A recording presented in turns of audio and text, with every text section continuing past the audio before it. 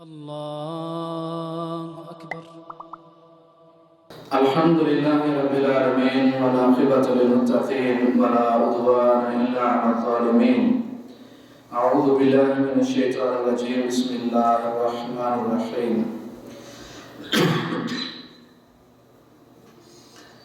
وَلْتَكُنْ مِنْكُمْ أُمَّةٌ يَدْعُونَ إِلَى الْخَيْرِ وَيَأْمُرُونَ بِالْمَعْرُوفِ وَيَنْهَوْنَ عَنِ الْمُنكَرِ وَأُولَئِكَ هُمُ الْمُفْلِحُونَ.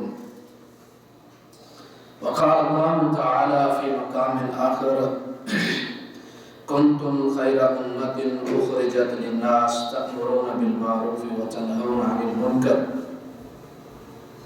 وقال الله تعالى في مقام آخر: خذ العفو وأمر بالعرف وأعرض عن الجاهلين.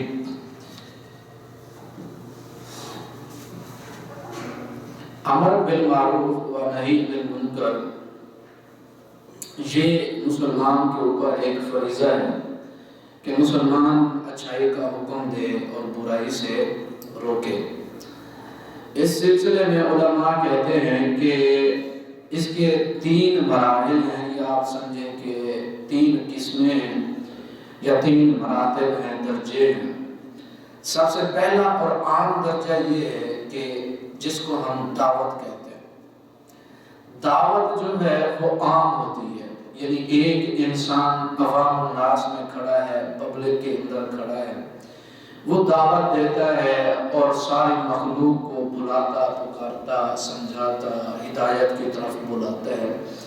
اس میں سب طبقے، چھوٹے بڑے، امیر غریب، کچھ بھی سب شامل ہیں. دعوت جو ہے وہ عام ہے.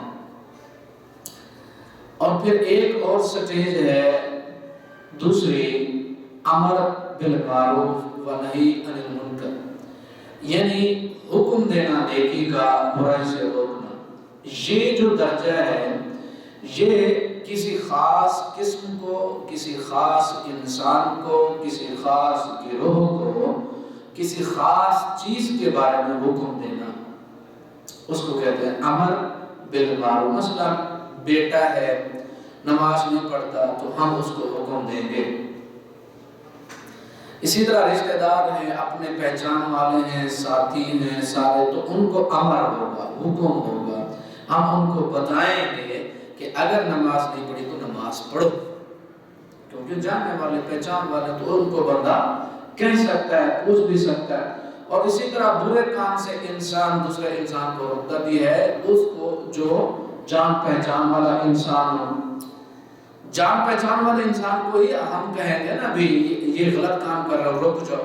ایک انجان ہو، مسلمان بھی ہو، ہم اس کو تھوڑی کہیں گے غلط کر رہا، نہیں کہتے نا بندہ. تو دعوت کا جو سلسلہ ہے وہ عام ہے، امر بالمعروف و نہی عن المنکر وہ خاص ہے. اور تیسرا درجہ جو ہے وہ یہ ہے کہ تغییر المنکر، یعنی برا جو کام ہے، غلط جو کام ہے، اس کو تبدیل کرنا. غلط کام یا برا کام اس کو تبدیل کر کے رکھ دینا اور اس کی جگہ خیر کو لے آنا، یہ تیسرا درجہ. یعنی 3 چیزیں ہو گئی. ایک ہے دعوت، یہ ہے عام، یعنی ایک انسان پبلک میں، عوام میں، پورے شہر میں، سارے دعوت کا سلسلہ عام ہے. امر بالمعروف و نہی عن المنکر خاص. اور تغییر المنکر جو ہے وہ طاقت کے ساتھ ہوتا ہے، جس کے پاس طاقت ہے، قوت ہے.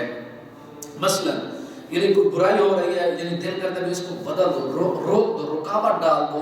یہ نہیں ہونا چاہیے کام. مثال کے طور پر گھر ہے، گھر کے اندر بیوی بچے اولاد ہیں، خامد جو ہے، مرد جو ہے، اس کے پاس طاقت ہے. اگر اولاد غلط کرتی ہے تو وہ طاقت سے اس کو روک سکتا ہے، برائی نہ کرنے دے بیوی کو، اولاد کو، نسل کو، بچوں کو، کیونکہ وہ ان کا نگران ہے. اسی طرح گھر کا جو بڑا ہے، یعنی آپ سمجھ لیں دادا ہے، وہ سارے بیٹوں کا کیا ہے؟ بڑا ہے. اب جو بیٹا غلط کرے، جو پوتا غلط کرے، یا جو گھر کے اندر یعنی سارا ماحول اگر غلط ہو، تو اس بڑے کی ذمہ داری ہے، کیونکہ وہ گھر کا بڑا ہے، وہ تبدیل کر سکتا ہے، اس کو تبدیل کرنا چاہیے. اسی طرح آپ علاقے کے بڑے ہوتے ہیں، یعنی آپ بلدیہ کی سطح پہ MP سارے جو بھی بڑے ہوتے ہیں، پھر اس کے بعد ملک ہے، ملک کے اندر جو ہے پوری یعنی قوم اور نسل اور علاقے اور ملک کے اندر ہم کہتے ہیں کہ خیر نہیں ہے۔ اب خیر جو ہے وہ طاقت کے ذریعے کون پھیلائے گا؟ حکمران۔ اسی کو کہ مثلا ہم کہتے ہیں فلاں بندہ نماز نہیں پڑھتا، میرا دل کرتا ہے اس کو جیل میں بند کر دیں۔ یہ عام انسان کا کام نہیں ہے، یہ کس کا کام ہے؟ حکمران کا۔ عام انسان کی جو حدود ہے طاقت استعمال کرنے کی، اس کے ماتحت جتنے لوگ ہیں ان پر وہ کر سکتا ہے، یعنی بیوی بچے ہو گئے، یا پھر ٹیچر ہے استاد ہو گیا، یا پھر اسی طرح ماتحت نوکر غلام ہیں ان کو بھی وہ سمجھا سکتا ہے طاقت استعمال۔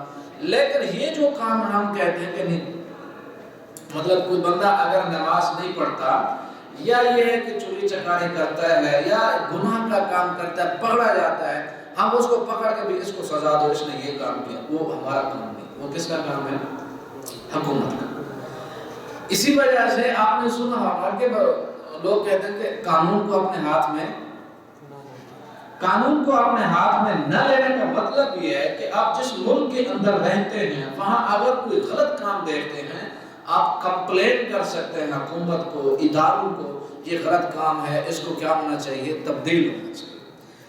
انسان کا اپنا جو ہے حدود دربا، اس کی حدود اور قیود جو ہیں جب اس کے اندر طاقت ہو تو پھر وہ اس کو تبدیل کرے تو کر سکتا ہے۔ مثال کے طور پر ہم کہتے ہیں ہمارے ملک کے اندر سینما جو ہے وہ بہت زیادہ ہو گیا، اب ایک بندہ اٹھے وہ کہہ رہی ہے تو بڑا گناہ ہے، ظلم ہے، فلاں وہ وہاں جا کے آگ لگا دے اور فلاں، تو یہ اس بندے کی ذمہ داری ہی نہیں ہے، وہ غلط کام کر رہا ہے تو یہ ہمیں تو نظر یہی آ رہا ہے کہ نا اچھا کام ہے نا، کیوں برائی کو کیا کر رہا ہے، لیکن اس کا یہ کام ہی نہیں، اس کی یہ ذمہ داری نہیں، یہ حکومت کا کام، وہ اپنے سارے کمپلین سارا کچھ کس کو کرے؟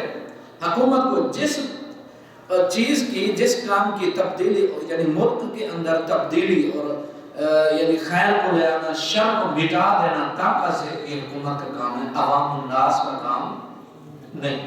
عوام کا کام یا ایک انسان کا کام اس وقت طاقت وہ استعمال کرے جو اس کی حدود ہے، یعنی اپنا گھر ہے، اپنے بیوی بچے ہیں، اپنی اولاد ہے، اپنی نسل ہے، اور جو ان کی بات مانتے ہیں اس کے ماتحت لوگ ہیں وہاں تک، یعنی پورے ملک کے اندر وہ ایسا نہیں کر سکتا۔ اس وجہ سے قانون کو اپنے ہاتھ میں نہیں لینا چاہیے، مسلمان کو سمجھنا چاہیے۔ سب سے پہلی بات ہے دعوت ہے وہ عام سلسلہ، یعنی بندہ کہیں کھڑے ہو کے گفتگو کرے، اللہ اور اس کے رسول کی طرف بلائے اور معاشرے کو، نسلوں کو، پورے ملک کو اللہ کی طرف بلائے، یہ دعوت ہے۔ اور امر بالمعروف یہ خاص ہے، اور تغییر المنکر یہ حکمران کا کام ہے، حکومت کا کام ہے۔ یہ طاقت سے ہوتا ہے کہ برائی کو طاقت سے کیا کرنا۔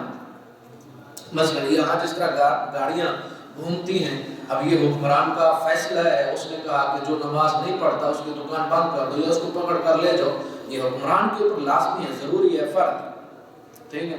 اب مثلا میں کہتا ہوں کہ ایک ملک کے اندر نہیں ہوتا، یہاں تو ہوتا ہے، دوسرے ملک میں نہیں ہوتا، تو میں کہتا ہوں میں شروع کر دیتا ہوں، فلاں بندہ تم نے دکان بند کریے، یہ میرا کام، یہ عوام کا کام ہے۔ عوام کا جو کام ہے وہ دوسرا۔ تو یہ تین چیزیں ہیں۔ تو آپ صلی اللہ علیہ وسلم نے، اللہ تعالیٰ نے ارشاد فرمایا وَلْتَكُن مِّنكُمْ أُمَّةٌ يَدْعُونَ إِلَى الْخَيْرِ وَيَأْمُرُونَ بِالْمَعْرُوفِ۔ تو اللہ رب العزت ارشاد فرماتے ہیں ایک گروہ جو ہے تم میں سے ضرور ہونا چاہیے جو خیر کی طرف بلائے اور شر سے منع کرے۔ آپ یہ بات یاد رکھیں کہ جس معاشرے کے اندر رکاوٹ ختم ہو جائے، سمجھو معاشرہ ختم ہے۔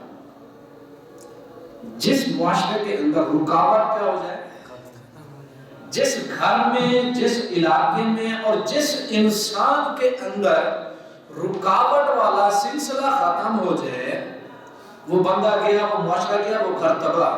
میں آپ کو بتاتا ہوں، انسان کے اندر اللہ تعالیٰ نے فطری طور پر ایک رکاوٹ والا مادہ رکھا ہے جس کو ہم ضمیر کہتے ہیں۔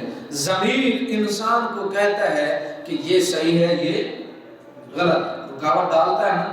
یہ رکاوٹ والا ٹمپریچر جو ہے یہ ہمارے اندر، انسان کے اندر موجود ہے۔ جو ہی یہ رکاوٹ والا سلسلہ یا رکاوٹ والی آواز یا رکاوٹ والا جذبہ یا سوچ یہ ختم ہو گئی نا، پھر بندہ انسانیت سے نکل جاتا۔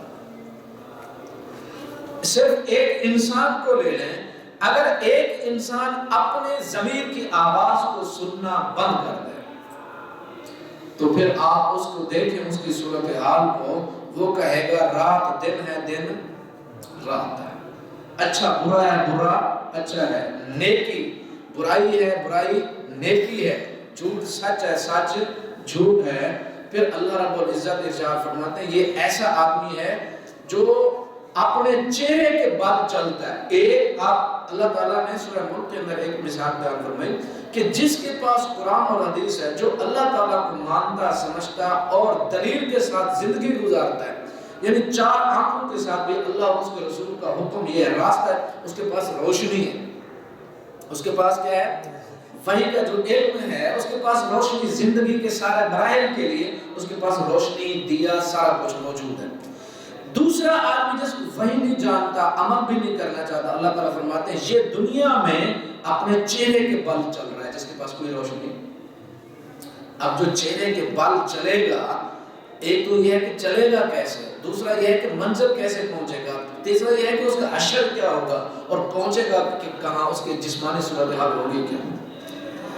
تو جس انسان کے اندر جو ہے رکاوٹ ختم ہو جائے، یا آپ ایسا سمجھیں گھر سے آپ رکاوٹ کو ختم کر دیں، صرف اتنا کہہ دیں اپنی اولاد و نسلوں کو، یا گھر میں جتنے افراد رہتے ہیں، جو انسان جس طرح چاہتا ہے ویسے کرے، ہم کسی کو نہیں روکیں گے، پھر دیکھیں کہ وہ جنگل کیسے بنتا ہے گھر۔ کیونکہ جہاں انسان رہتے ہیں ان کی کچھ حدود ہوتی ہیں، کچھ قیود ہوتی ہیں، کچھ کام کرنے والے ہوتے ہیں اور کچھ کام نہیں کرنے والے۔ جہاں انسان رہتے ہیں، جانوروں کے اندر کوئی ایسی پابندی نہیں، کوئی حدود اور قیود نہیں، ان کے اندر کوئی اصول اور ضابطہ اور قانون نہیں۔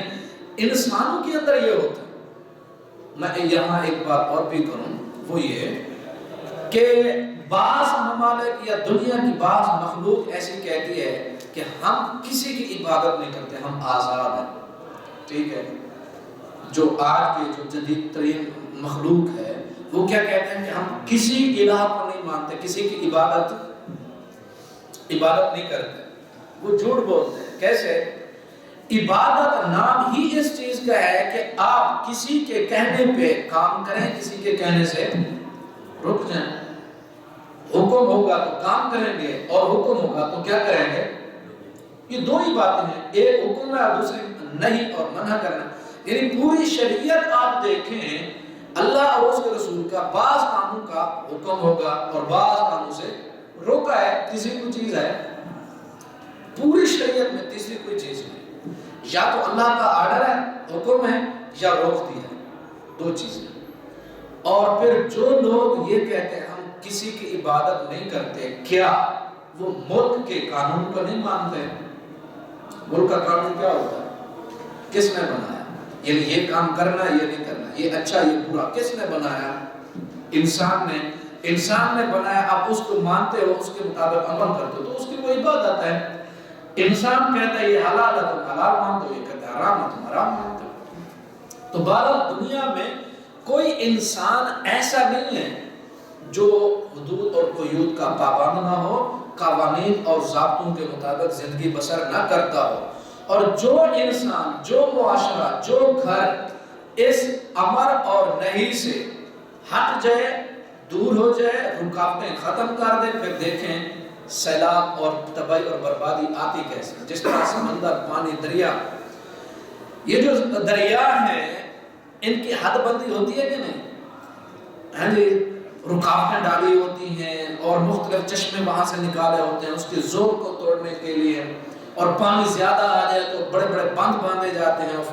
اگر انسان چھوڑ دے پانی کو عام تو کیا ہوگا؟ پوری دنیا میں پانی ہوگا، تباہی اور بربادی پھیل جائے۔ کیوں؟ رکاوٹ ختم ہو گئی۔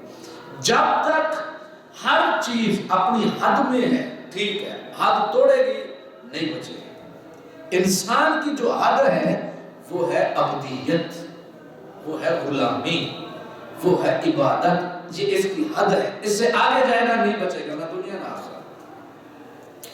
لہذا کسی بھی معاشرے سے آپ رکاوٹ کو دور کر دیں، گھر سے یا پوری قوم سے یا نسل سے، تو پھر دیکھیں تباہی اور بربادی اور بد اخلاقی جو ہے وہ آتی کیسے۔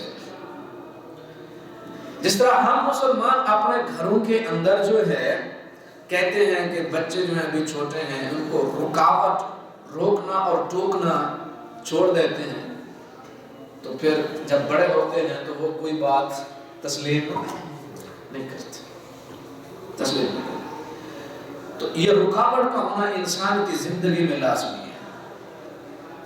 اچھا، مثال کے طور پر اگر مسلمان کے اندر یہ رکاوٹ والا سلسلہ نہ ہوتا، اللہ تعالیٰ کا خوف نہ ہوتا، تو اس انسان کو جانور بننے سے کون سی چیز روکتی؟ کون سی چیز ہے جو مسلمان کو دوسری مخلوق سے ممتاز کرتی ہے؟ وہ یہ ہے کہ مسلم گھر کے اندر اکیلا ہے، پھر بھی وہ کہتا ہے نہیں میں زیادتی، ظلم، گناہ نہیں کروں گا۔ اس کو روکنے والا کون ہے؟ وہاں دیکھنے والا کون ہے؟ وہ مخلوق بھی نہیں، بڑا بھی نہیں، چھوٹا بھی نہیں، اپنا پرایا کوئی بھی نہیں، اکیلا ہے۔ اس کی ساری طاقتیں، قوتیں ساری موجود ہیں، لیکن وہ کیوں نہیں کرتا؟ کہتا میں رکاوٹ ایک ہے، کہتا میں اللہ سے ڈرتا ہوں۔ یہ جو صفت ہے نا، اللہ سے میں ڈرتا ہوں، کہیں بھی مسلم موجود ہے؟ دنیا کے کسی بھی انسان کے اندر یہ صفت موجود نہیں۔ ایک جج ہے، جج فیصلہ کرنے لگا ہے، اب وہ اچھا کرے یا برا کرے، اس کو کوئی روکنے اور ٹوکنے والا، جو فیصلہ کرے گا وہ مانا جائے گا۔ جس طرف وہ قلم پھیر دے تو ساری مخلوق اس کو کیا کرے گی؟ اب وہ کہتا ہے کہ نہیں میں غلط نہیں کروں گا، اس کو کون ڈراتا، کون جو ہے اس کے دل دماغ کے اندر بسا ہوا ہے اور کہتا ہے کہ نہیں یہ کام میں غلط نہیں کروں۔ اسی طرح یعنی آپ سوچتے ایک ڈاکٹر آپریشن کر رہا، ٹھیک ہے، آپریشن کرتے ہوئے وہ انسان کی زندگی کے ساتھ کھیل سکتا ہے، کچھ بھی کر لے، وہ اس کو پوچھنے والا ہے؟ مریض تو اس پر اعتماد اور بھروسہ کرتا ہے نا، ہاں ڈاکٹر صاحب ٹھیک ہے، ہاں ٹھیک ہے، یہ بھی ٹھیک ہے، ہاں یہ کہہ دیں یہ بھی ٹھیک ہے، وہ بھی ٹھیک ہے۔ تو ڈاکٹر اس کے ساتھ کچھ بھی کرنا چاہے آپریشن کے سلسلے میں، اس کی زندگی کو ختم بھی کر سکتا ہے، کچھ بھی کر سکتا ہے، لیکن کیوں نہیں کرتا؟ کیونکہ انسان مسلمان جو ہے وہ ڈرتا ہے کہ نہیں اللہ کو جانتے نہیں ہے۔ اور جتنا بڑا ظالم ہو، جتنا بڑا ظالم ہو، جب اللہ کا نام آتا ہے کہ نہیں اللہ کے پاس جانا ہے تو پھر اس کے ہاتھ رک جاتے ہیں۔ گناہوں کی جو منہ زور تلوار ہوتی ہے کند ہو جاتی ہے۔ یہ منہ زور گھوڑا انسان کا ظلم کرنے سے باز کب آتا ہے؟ جب اس کو پتہ ہے کہ اللہ موجود ہے، میں نے مرنا ہے، آگے حساب دینا۔ یہ صفات کسی اور نسل اور قوم میں موجود نہیں، کیونکہ ان کو پتہ ہے مرنا تو بات ختم ہے، اور ان کو پتہ ہے ہم جس طرح الٹے سیدھے کام کریں ہمیں آگے جا کے جواب کسی کو دینا، لیکن مسلمان تو ایسا نہیں ہے۔ رکاوٹ ہے، ایک ترتیب ہے زندگی کی، ایک شیڈول ہے زندگی کا، ایک پورا نظام ہے 24 گھنٹے کا، پورے دن کا ایک شیڈول موجود ہے کہ مسلمان میں اٹھنا کیسے ہے، بیٹھنا کیسے ہے، کھانا کیسے ہے، اور حمام میں جانا کیسے ہے، وہاں بیٹھنا کیسے ہے، طہارت، ہر ایک چیز بتائی۔ یہود و نصارہ کہتے تھے صحابہ سے مذاق کرتے کہ تمہارا جو پیغمبر ہے وہ تمہیں قضاء حاجت کے آداب بتاتا ہے، جہاں تک تمہارا اسلام ہے کیا تمہارا یہ دین ہے؟ تو صحابہ کہتے تھے ہاں اللہ کے رسول نے ہمیں بتایا قضاء حاجت کس طرح کرنی ہے، بیٹھنا کس طرح ہے، طہارت کس طرح، سارے مسائل ہمیں بتائیے، ہمارا اسلام ہے۔ تو اسلام مسلمانوں کے لیے نعمت ہے، کیا ہے؟ نعمت ہے۔ اس اسلام اور اس زندگی پر ہمیں فخر کرنا چاہیے۔ تو کہنے کا مقصد یہ ہے کہ ایک قوم سے، ایک فرد سے، ایک نسل سے، ایک یعنی آپ ملک سے رکاوٹ والا جو سلسلہ ہے آپ ختم کر دیں تو پھر دیکھیں تباہی اور بربادی کیسے ہوتی ہے۔ آپ صلی اللہ علیہ وسلم نے ارشاد فرمایا، ایک حدیث سنیں، آپ نے ارشاد فرمایا کہ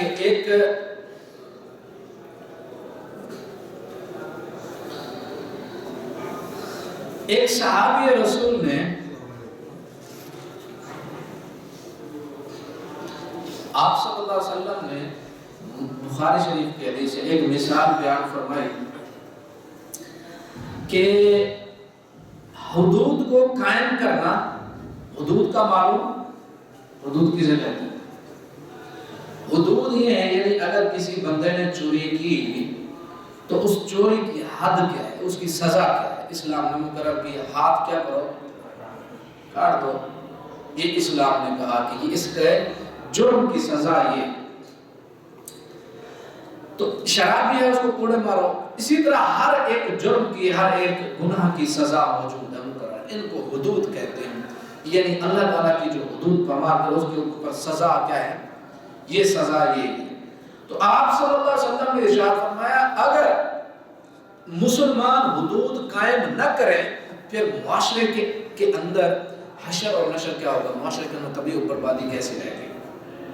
آپ صلی اللہ علیہ وسلم نے مثال بیان کی، ایک کشتی جا رہی ہو اور کشتی جو ہے پانی کے اندر موجود ہو اور نیچے بھی ایک طبقہ ہو اور اوپر بھی ایک طبقہ ہو. نیچے والا طبقہ پانی کے اندر ان کو پیاس لگی تو وہ کہتے ہیں کہ اگر ہم کشتی کے اندر سوراخ کر دیں، پانی یہاں سے پی لیں، اوپر والوں سے مانگنے کی ضرورت نہیں. تو اگر ہم نیچے سوراخ کرتے ہیں ہمیں نقصان ہوگا، اوپر والوں کو تو نقصان نہیں ہوگا نا. اب اگر اوپر والے نیچے والے لوگوں کا ہاتھ نہیں روکیں گے وہ بچ جائیں گے. ہاں بچیں گے.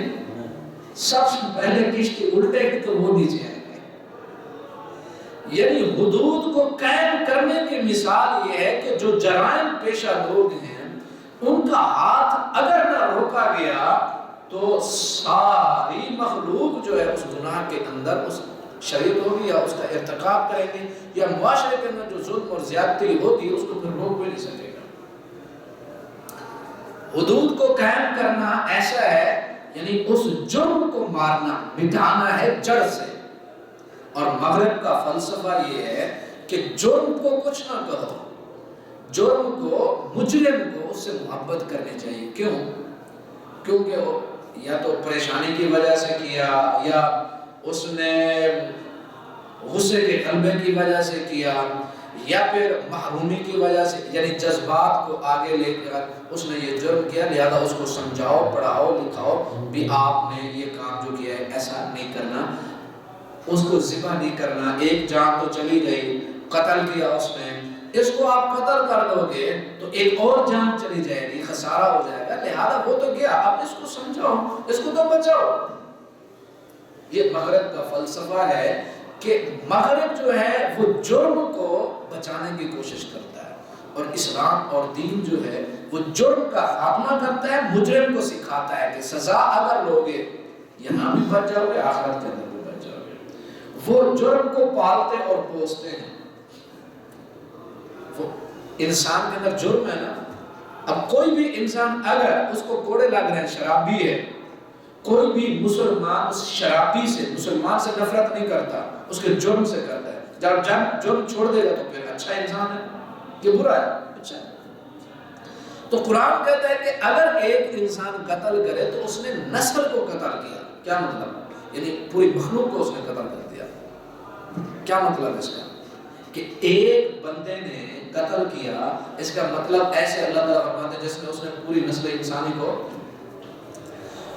اس کا مطلب یہ ہے کہ ایک انسان کا قتل کرنا، یہ جو قتل کرنے کا جو کام ہے، یہ جو گناہ ہے، پہلے لوگوں نے مسئلہ نہیں دیکھا ہوا تھا، پتہ نہیں تھا بندہ مرتا کیسے، اس کی ایک تکریم تھی، عزت تھی، لوگ ڈرتے تھے. اب اس نے جو یہ کام کیا دوسروں کے دلوں کے اندر بھی یہ چیز آہستہ آہستہ سرایت کر جائے گی، اور جب اس کو لٹکا دیا جائے گا تو لوگوں کے اندر سارا خوف و ہراس پیدا ہوگا کہ یہ کام دوبارہ کرنا.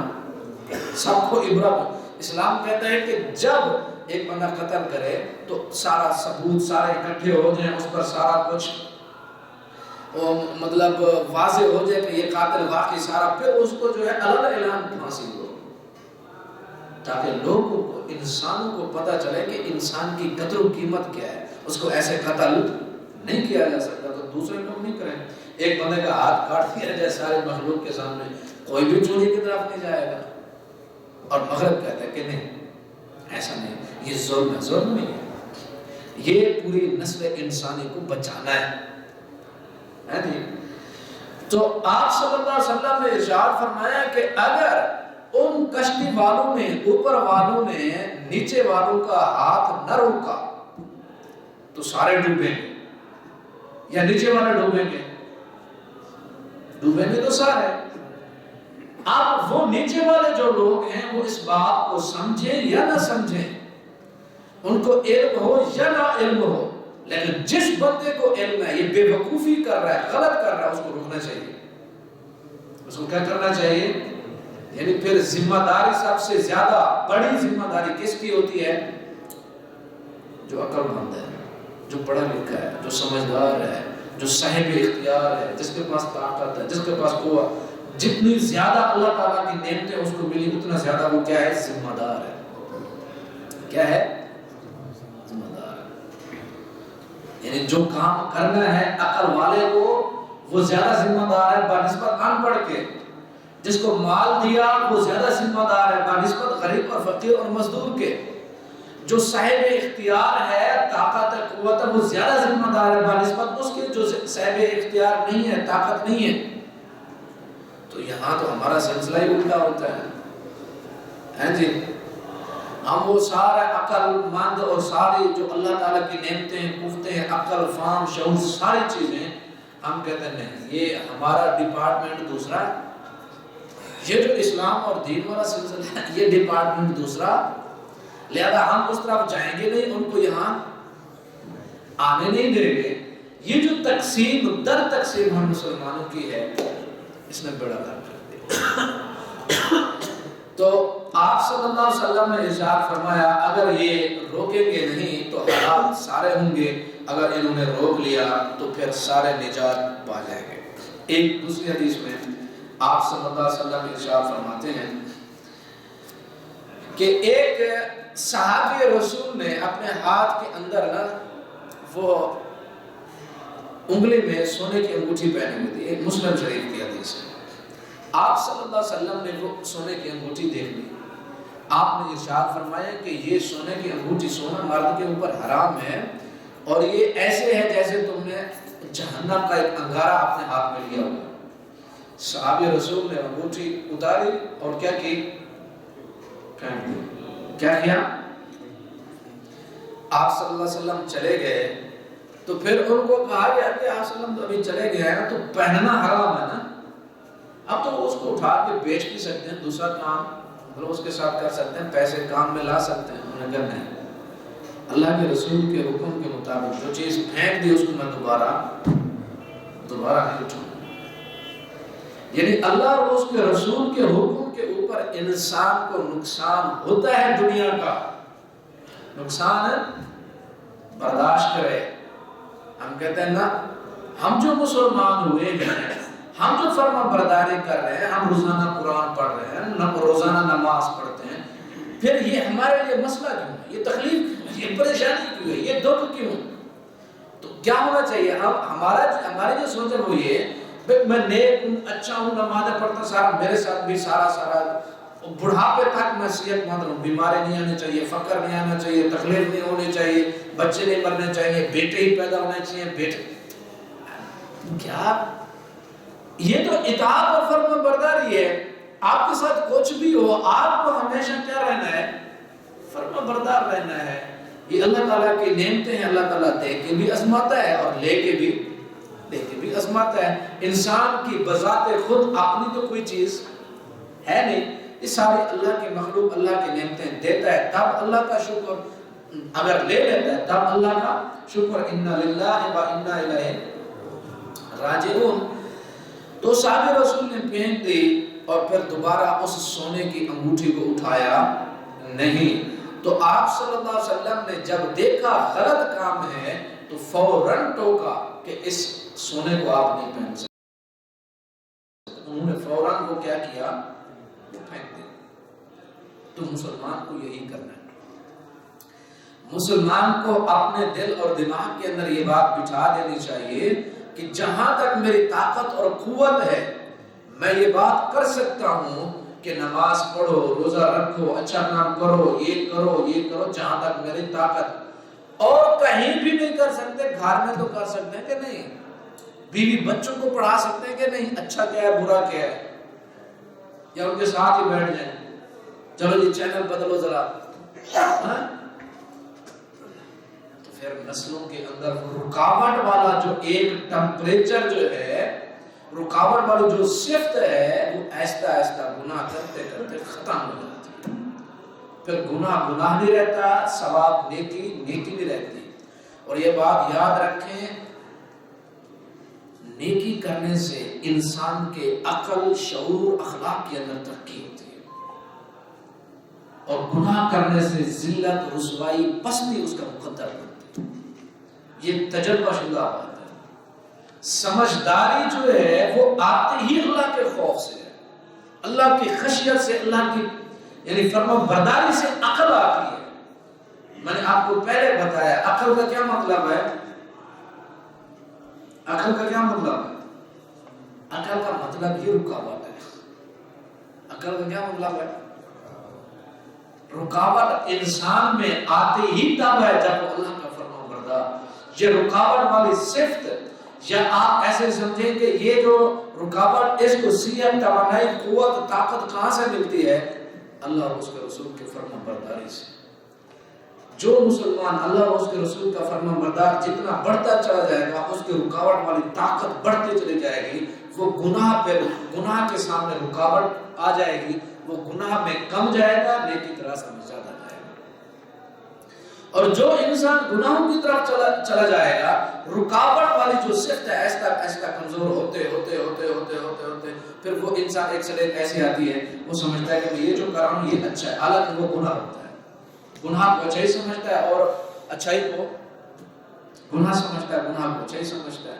رمضان کے روزے آتے ہیں، وہ کہتا ہے میری ڈپٹی بڑی مشکل ہے، 24 گھنٹے فلاں یہ ادارہ فلاں، تو لہذا کیا کروں؟ سحری کے ٹائم میں وہ سو جاتا ہے، اور پھر کہتا ہے دن کو کھاؤں گا توانائی قوت آئے گی تاکہ کام ڈپٹی فلاں۔ یہ سارا پاگل پن ہے، یہ عقل نہیں ہے، کیونکہ اس نے وہ نظام زندگی جو اللہ نے دیا اس کو کھو بیٹھا ہے، غلط سمجھ رہا ہے، اور غلط سمجھنے کے باوجود بھی وہ کہتا ہے کہ نہیں میں صحیح کر رہا ہوں۔ تو عقل کا منبع، سرچشمہ، بنیاد، اساس وہ اللہ اور اس کے رسول کی فرما برداری ہے، اللہ تعالیٰ کی خشیت ہے۔ جو بڑھتی چلی جائے گی انسان میں عقل، دانش اور فہم اور فراست بڑھتی چلی جائے گی۔ جو ہی یہ سلسلہ ختم ہوتا چلا جائے گا اور اس کی وہ ساری عقل، فہم، فراست، اخلاق ہیں جی، وہ اس کے سلوک، معاملات، ہر ایک چیز میں برائی جو ہے وہ بڑھتے چلے جائے گا۔ ایک آخری حدیث آپ صلی اللہ علیہ وسلم نے ارشاد فرمایا،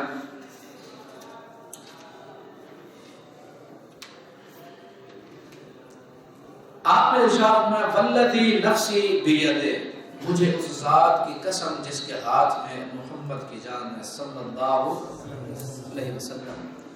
اللہ کے رسول صلی اللہ علیہ وسلم نے کس چیز کی کھائی؟ اللہ تعالیٰ کی قسم کھائی کہ کیونکہ میری جان کس کے ہاتھ میں ہے؟ اللہ کے ہاتھ میں ہے، اور یہ جان بھی بڑی پاکیزہ ہے۔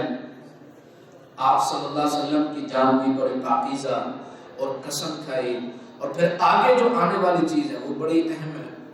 آپ نے ارشاد فرمایا تم جب تک امر بالمعروف و نہی عن المنکر، یعنی وہ رکاوٹ والا سلسلہ، اچھے کو اچھے کہنا اور برے کو برا کہنا، اچھائی کو اچھائی کہنا اور برائی کو برائی کہنا، اور اچھائی کو اچھائی سمجھنا اور برائی کو برائی سمجھنا، اور اچھائی کو اچھائی سمجھ کر اس پر عمل کرنا، برائی کو برائی سمجھ کر اس کو چھوڑ دینا، جب تک تم یہ کام کرتے رہو گے خیر میں رہو گے، اور جب اس کو چھوڑو گے تو پھر اللہ کا عذاب بھی آئے گا، اور اس وقت تم دعائیں کرو گے، دعائیں قبول ہی نہیں ہوں گی،